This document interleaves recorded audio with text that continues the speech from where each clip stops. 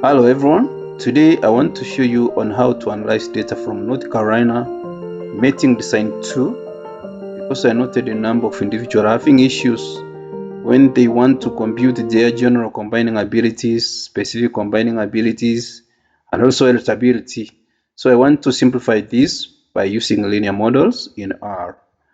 That said, first let me show you how North Carolina Mating Design looks like. I just want to create a small table just to demonstrate. This is how it looks like. Little zooming. Now this is North Carolina Mating Design 2. This is how it looks like.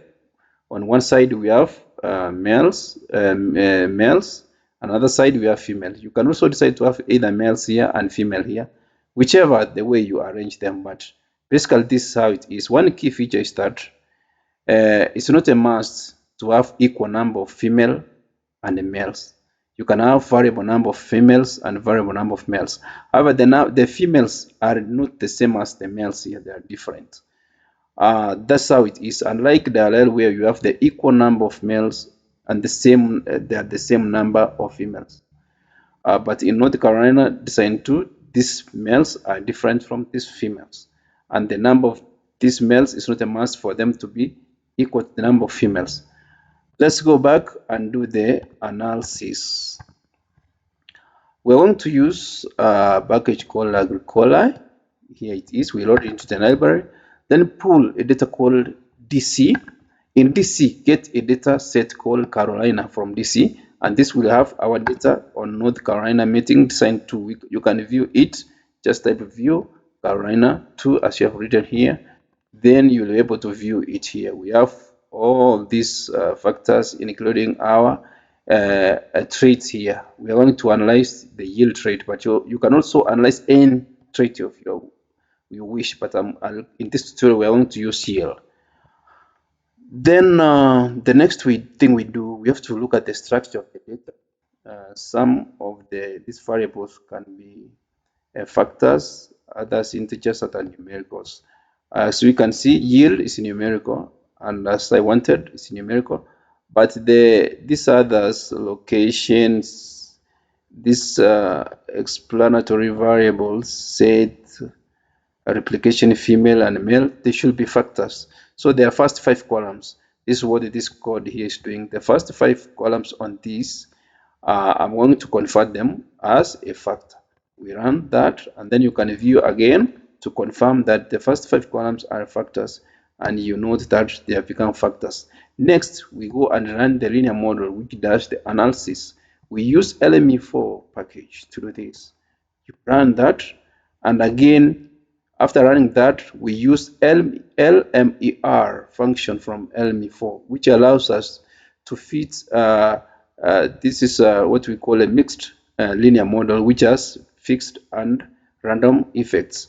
Our trait of interest is yield, which is a response variable, and it's explained by replication, location set, female and male, and also interaction of female and male. So our data is Carolina 2. This is the data. But you know that the female and male anti-interaction has been treated as random.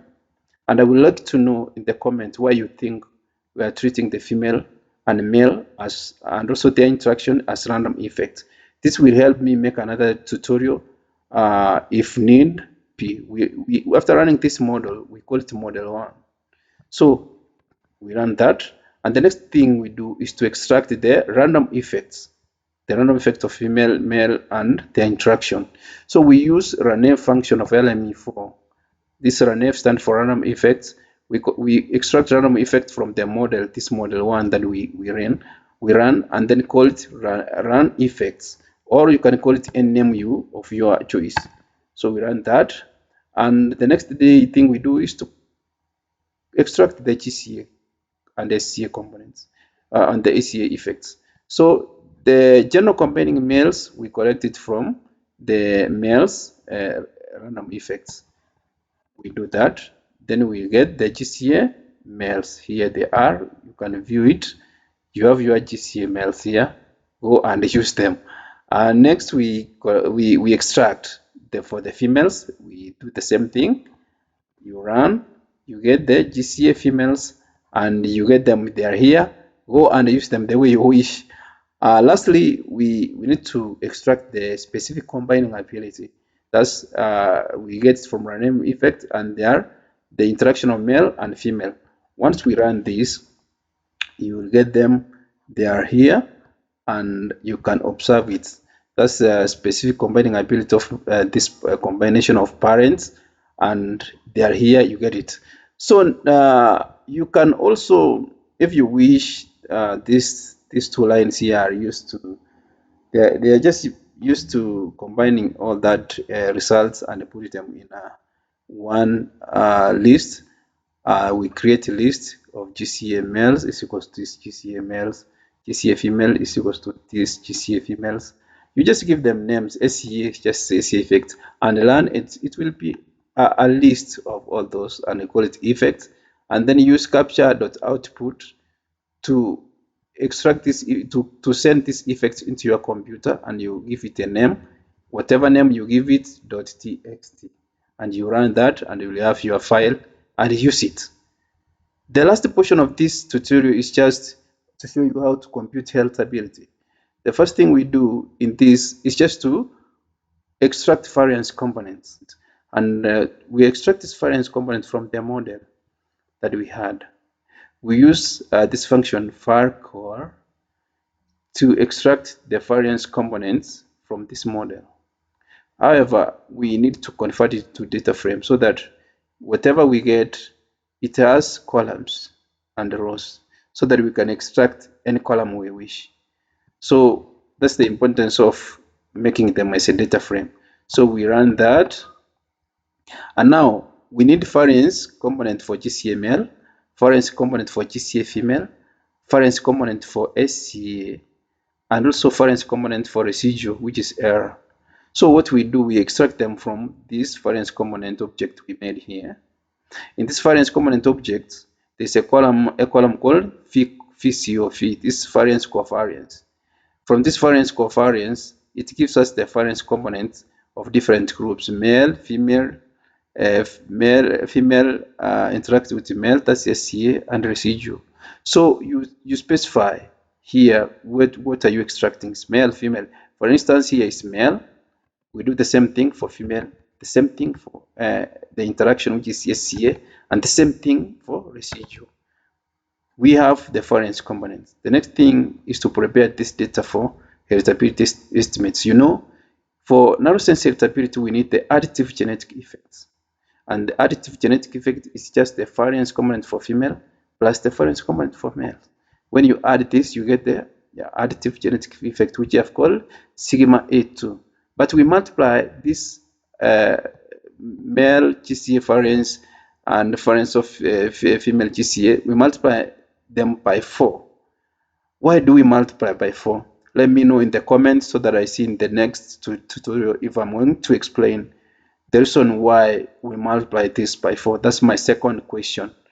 So after doing that, we run it, and then we get the dominance genetic variance. Now we have got additive, we need now a dominance. Dominance genetic effect is just the specific combining ability variance that we computed. We run that. Then phenotypic variance, which is just additive plus dominance variance plus sigma, the residue of sigma, which is the variance component for error or residue. When we add these three, you get phenotypic variance. So you get the components you need to compute or narrow sense and broad sense heritability. For narrow sense heritability, it's very simple. It's just the additive genetic effect, which is sigma A2, divided by the phenotype, which is additive plus dominance plus residual or error. You divide that, you get your heritability, which is 0.57. And for broad sense heritability, it's just same like this, but now instead of additive, you add dominance. Here, sigma additive plus dominance divided by phenotype. You get it? So that's it in this tutorial. I would like you to answer those 3 questions that I asked. First, I asked is that why do you think are we treating the male, female, and their interaction as random effects? and not fixed effects. The second question was, why do we multiply 4 into when we are computing additive genetic effect into the variance component male plus variance component female? Why are we multiplying by 4 to get additive genetic effect? The last question is the third question. Can this analysis be carried out on highly heterozygous individuals? If the parents are highly heterozygous, can we compute precisely? Is there precision of computing these combining abilities? To give you a hint, note that when the parents are heterozygous, the phenotype or the progeny is highly segregating because of the genetic combinations. And if you do it here, the same parents, and you give it the same parent to a different scientist and do the same cross, the two scientists are going to get variable results.